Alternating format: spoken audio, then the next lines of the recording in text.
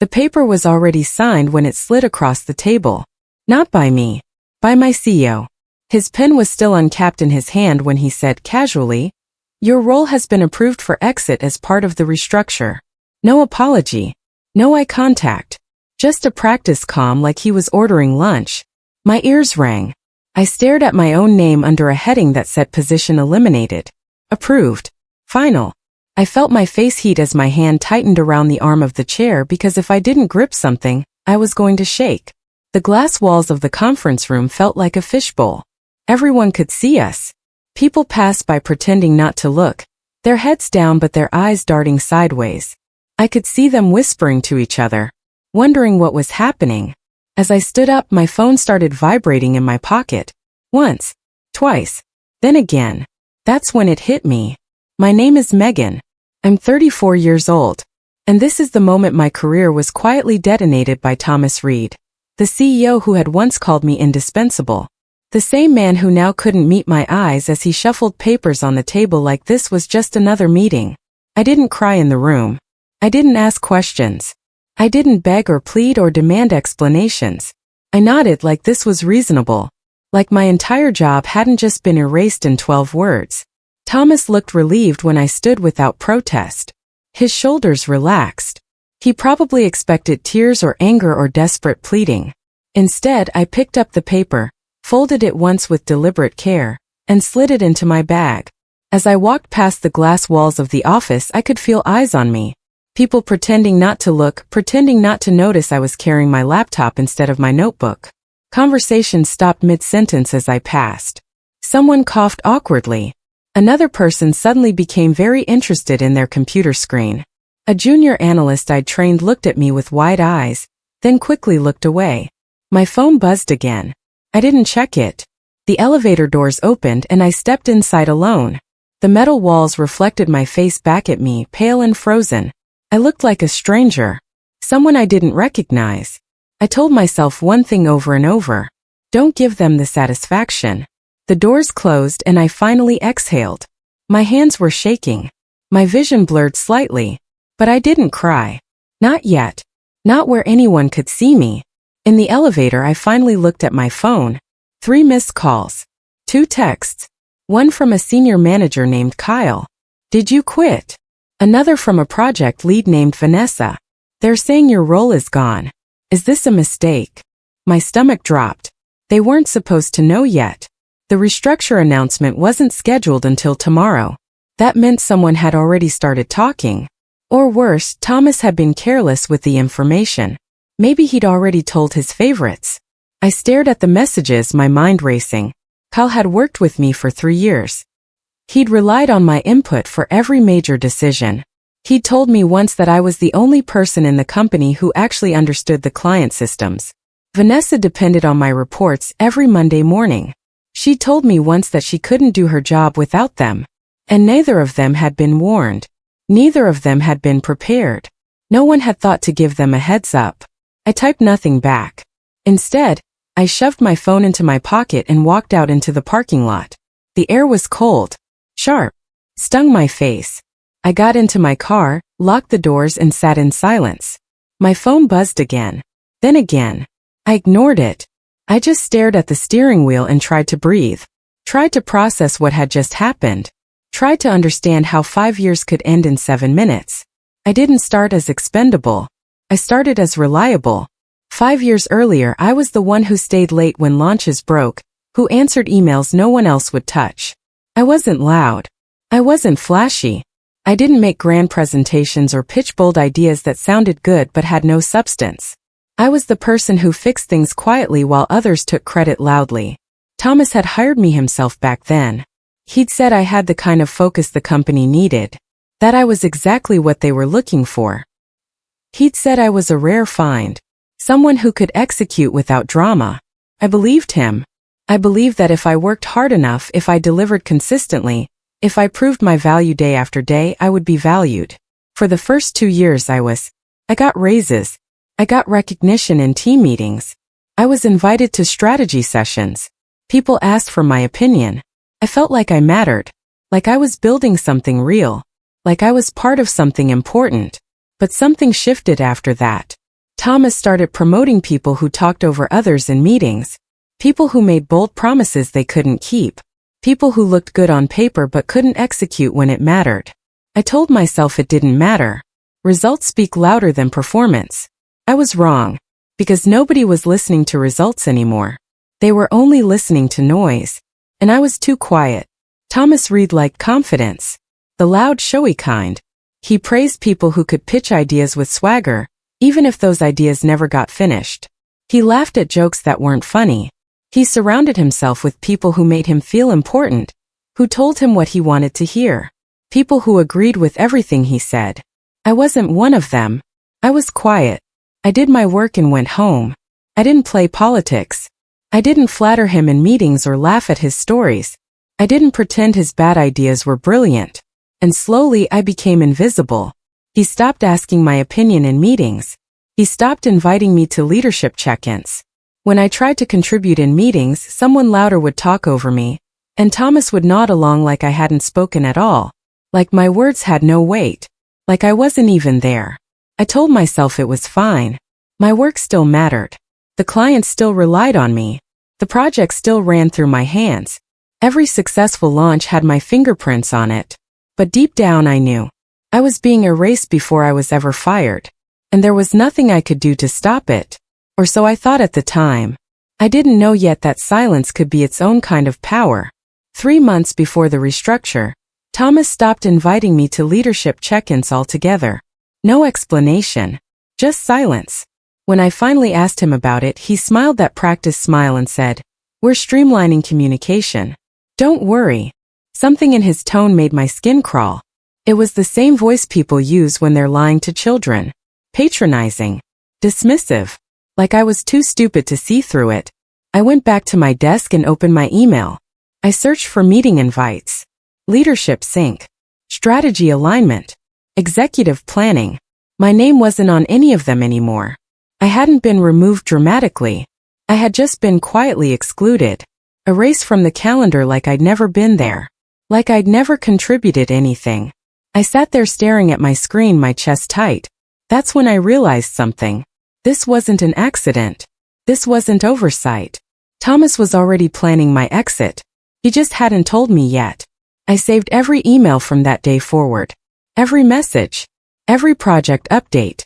Every communication. Everything. I created folders. I backed everything up to my personal drive. I didn't know why yet. I didn't have a plan. But I knew I'd need proof. I knew something was coming. And I wanted to be ready when it did. The biggest client migration of the year was mine. I designed the entire system from scratch. I built the contingency plans. I documented every step in case something went wrong. The emergency contact list? All routed through my phone. I worked nights and weekends making sure it was flawless. I tested every scenario. I planned for every possible failure. And it was perfect. The launch went perfectly. Not a single issue. The client praised the company publicly. They wrote a glowing testimonial. They recommended us to other companies. Thomas accepted the recognition like he'd done it himself. He gave interviews about the company's innovative approach. He talked about our culture of excellence. He didn't mention my name once.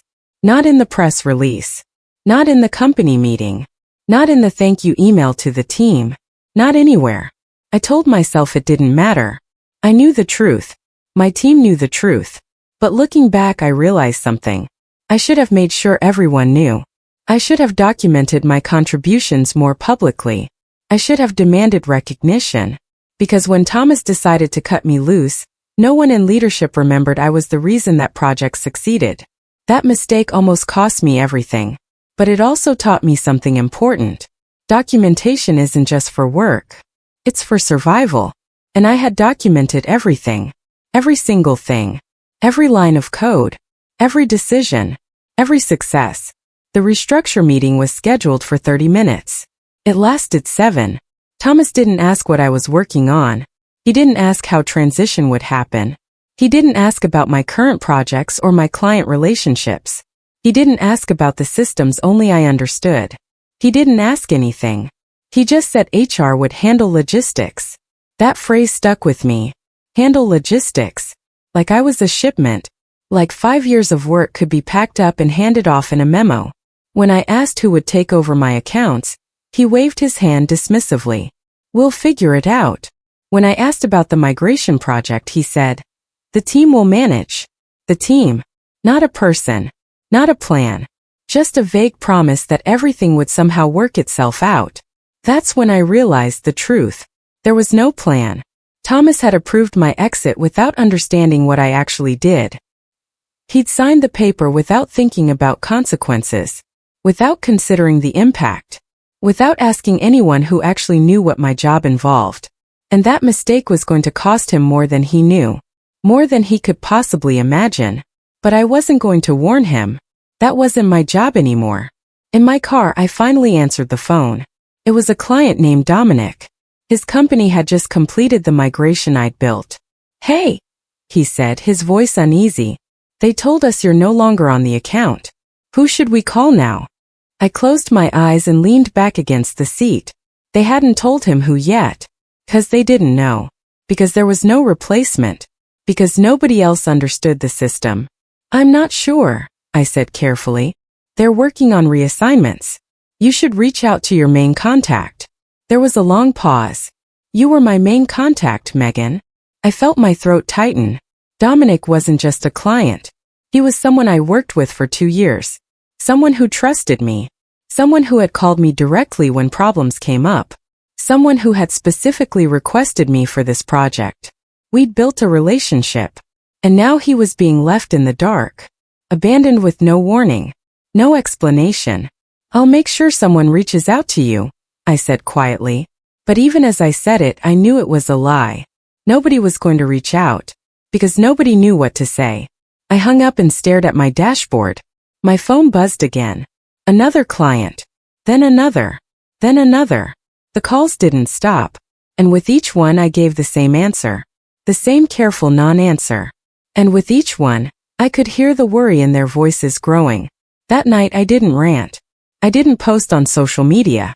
I didn't call anyone to complain or vent. Instead, I sat at my kitchen table and opened my laptop. I pulled up my employment agreement and read it line by line. Notice period. Transition obligations. Severance terms. Everything was there in black and white. They wanted 2 weeks. I could give them 2 weeks. But I wasn't going to give them anything extra. For 5 years I had gone above and beyond. I had covered for people.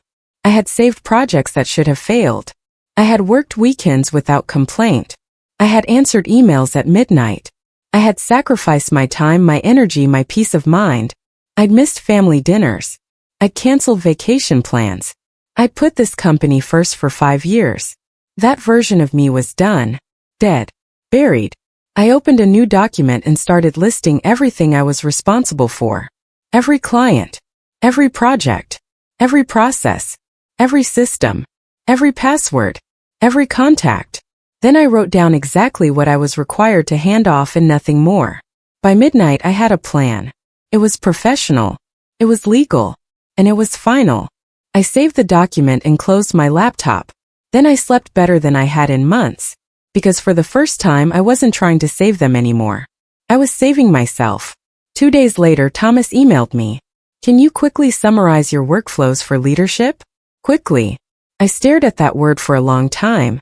He wanted me to compress 5 years of work into a quick summary. Like it was simple. Like anyone could just pick it up and run with it. Like everything I'd built could be reduced to a bullet point list. Like my institutional knowledge was just data that could be transferred. I smiled at the screen. A cold smile. Then I replied, I'll have a summary ready by end of week. I didn't say it would be detailed. I didn't promise I'd train anyone. I didn't offer to set up meetings or create tutorials. I didn't suggest transition sessions or knowledge transfer calls. I just said I'd summarize. And I did. I wrote a clean, polite, professional document. It listed my responsibilities. It outlined my key contacts. It explained the basic structure of my projects. But it didn't include the shortcuts. It didn't include the unwritten rules. It didn't include the relationships I'd spent years building. It didn't include the little things that made everything actually work. The workarounds. The personal connections. The institutional knowledge. The things you can't write down. Those things couldn't be summarized. And I wasn't going to try. I sent it Friday afternoon at 4:55 p.m. and didn't look back. I delivered exactly what was required. No more. The document was clear, polite, complete on paper.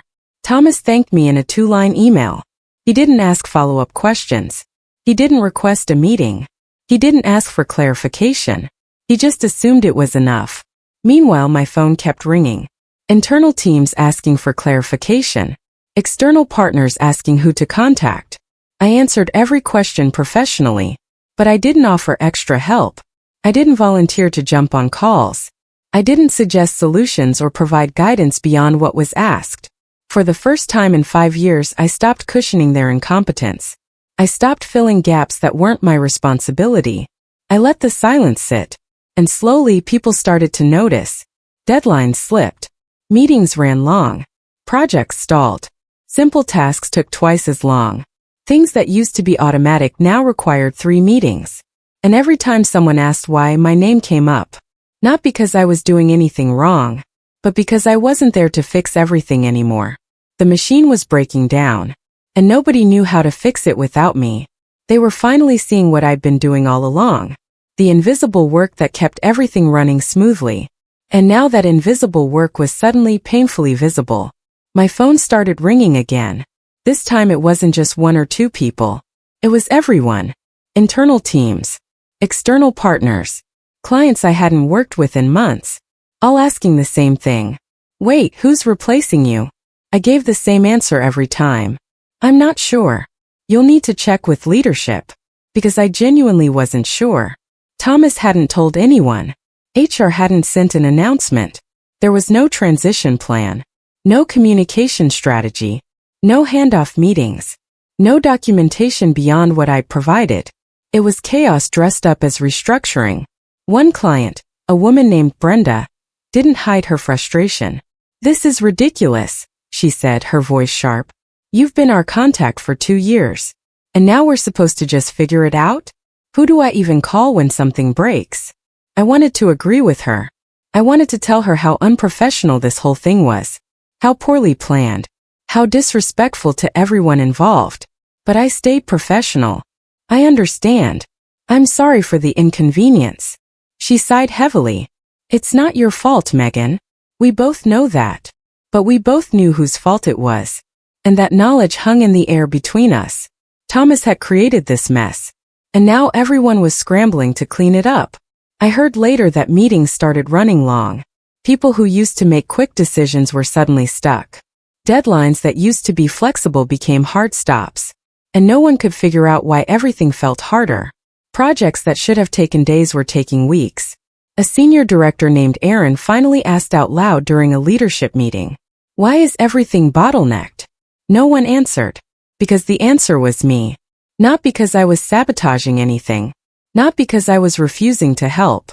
But because I had been the one quietly keeping everything moving. I was the one who followed up. I was the one who reminded people of deadlines.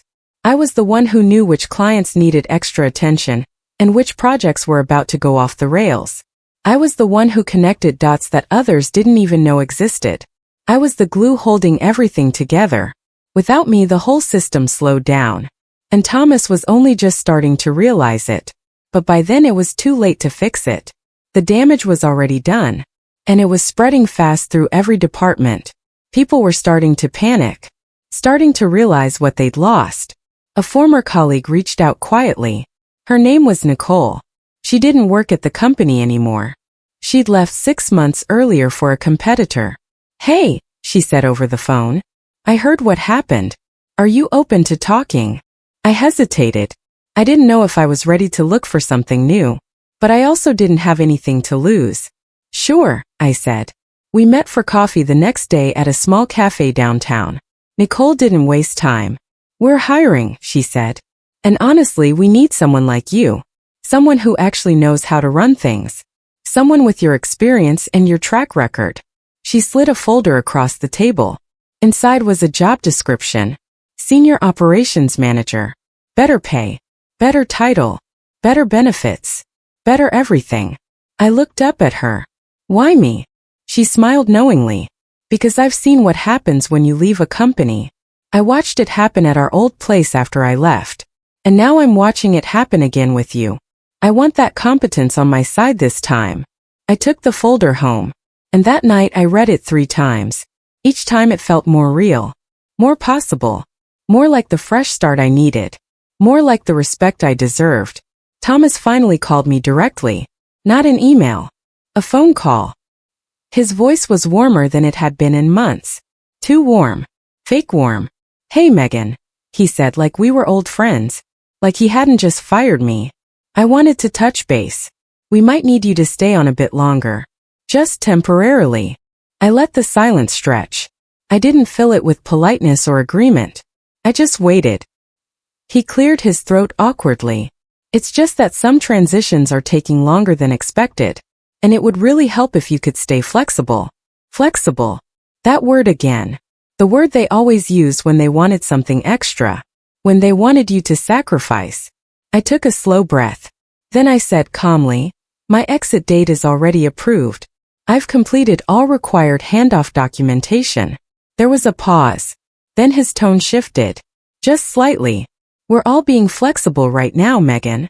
I wasn't. Not anymore. "I understand," I said. "But my plans are set." For the first time in our entire conversation he sounded nervous. Uncertain. Almost desperate. Like he was finally realizing what he'd done. Like the reality was finally sinking in. He pushed. Not aggressively. But persistently. Like a salesman who won't take no for an answer. "Look, I know this is sudden. But we really need you to consider extending. Even just a week or 2. I could hear it in his voice. He was realizing too late what he'd done. What he'd lost. "I appreciate the offer," I said. "But I've already accepted another position." The line went quiet. Complete silence. I could almost hear him processing the information. Could almost hear his brain working. "Another position?" he repeated slowly, like he couldn't believe it. "Yes." I didn't elaborate. I didn't know him details. He tried once more. "Can we at least discuss terms? Maybe we can make it worth your while financially. We can talk about a raise. About a better title." I almost laughed. 2 weeks ago, he'd signed my exit without a second thought. Now he wanted to negotiate. Now he wanted to make it worth my while. Now he was offering what he should have offered years ago. "I don't think that's going to work," I said. "But I wish you the best with the transition." I hung up before he could respond. My hands were steady. My chest felt lighter. For the first time in months I wasn't afraid. I wasn't anxious.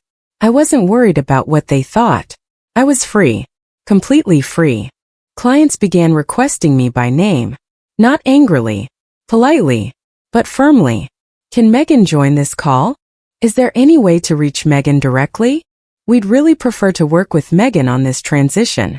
Leadership realized something too late. Trust had followed me, not the logo. The company had a brand. But I had relationships. Real relationships built over years.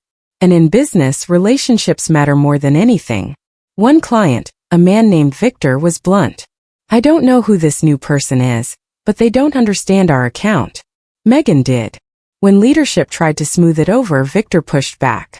Then get her back. But they couldn't. 'Cause I was already gone. And every day another client expressed concern. Another project stalled. Another relationship frayed. Thomas had thought I was replaceable. He thought anyone could do what I did. He thought my work was simple. He thought he could just plug someone else in and everything would keep running. He was wrong. And now everyone knew it. The company was unraveling. And I wasn't there to hold it together anymore. I wasn't there to save them. And for the first time in 5 years, that wasn't my problem. A major project stalled publicly. It was supposed to launch 2 weeks after my exit. But the team couldn't get it across the finish line. The client pulled back. Then the board started asking questions. An executive asked why it had failed. Someone said my name out loud in a meeting I wasn't in. Megan used to handle this. Suddenly my exit wasn't quiet anymore. It became the reason. The excuse. The problem everyone was talking about.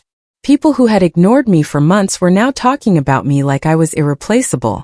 I heard all of this through Nicole, who still had friends inside the company. She laughed when she told me over lunch. They're panicking, she said. The whole leadership team is scrambling. Thomas is in meetings all day trying to figure out how to stop the bleeding. I didn't feel triumphant. I just felt tired, but also relieved, 'cause I was finally free. And they were finally seeing the truth. I had never been expendable. They just hadn't been paying attention.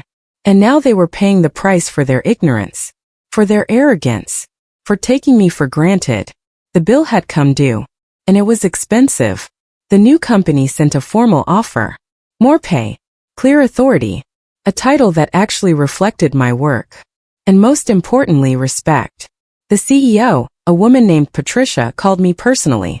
"We're excited to have you," she said warmly. "We've heard great things from Nicole and others in the industry." It was strange hearing that. Being wanted, being valued, being recognized for what I actually brought to the table. I signed the offer without hesitation. My start date was set for 2 weeks after my exit from Thomas's company. Perfect timing. I closed my laptop and sat back in my chair. For the first time in years, I felt like I could breathe. I wasn't chasing approval anymore. I wasn't trying to prove myself to people who didn't care. I was simply moving forward, into something better, into something I deserved, and it felt like freedom, real tangible freedom. I called my mom that night and told her everything. She cried, but they were happy tears, proud tears. "I always knew you were worth more than they saw," she said, and hearing that made everything worth it. On my last day, no one walked me out. They were too busy putting out fires. I packed my desk slowly, peacefully. I didn't rush. I didn't hide. I took my time organizing my personal items. My coffee mug with the faded logo. My notebook filled with ideas they'd never hear. The small plant I'd kept alive for 3 years through pure stubbornness. My phone stayed silent.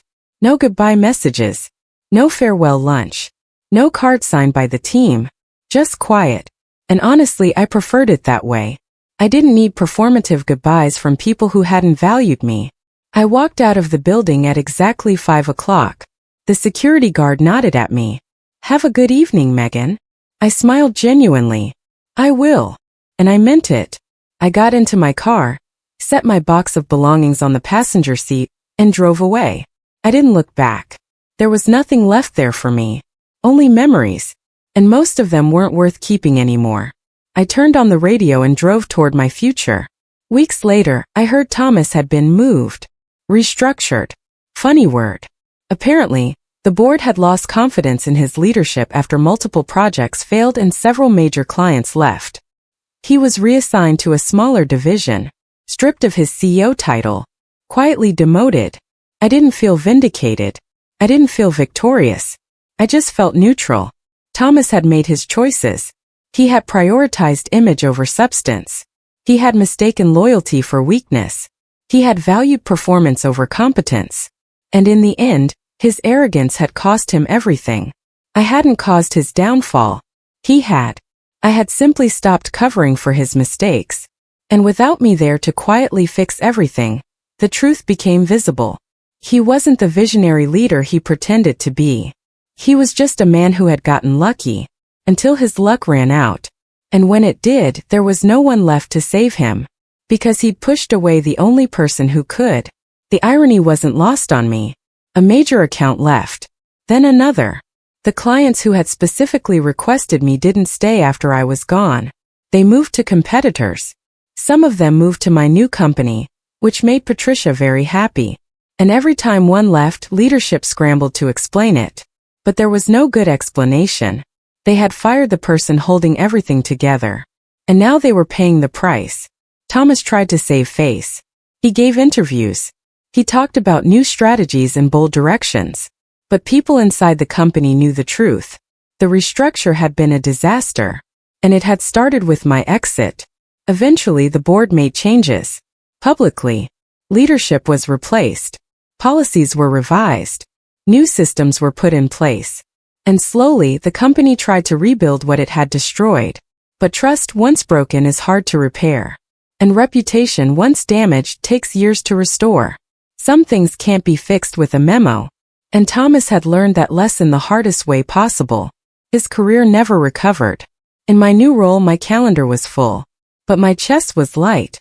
I worked long hours sometimes, but they were good hours. Meaningful hours. People asked for my opinion. They listened when I spoke. They valued my input. I wasn't invisible anymore. I wasn't fighting to be heard.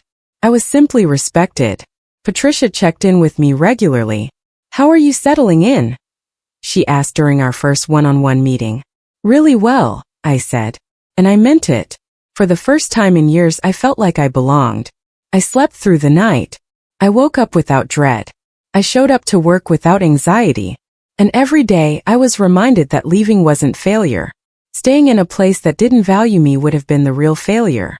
I had made the right choice. And I was finally thriving. My team respected me. My clients trusted me. And I was building something real. Something lasting. Something that mattered. Something that had my name on it. My phone rang once more. Unknown number. I stared at it for a moment, then let it go to voicemail. Later, I listened to the message.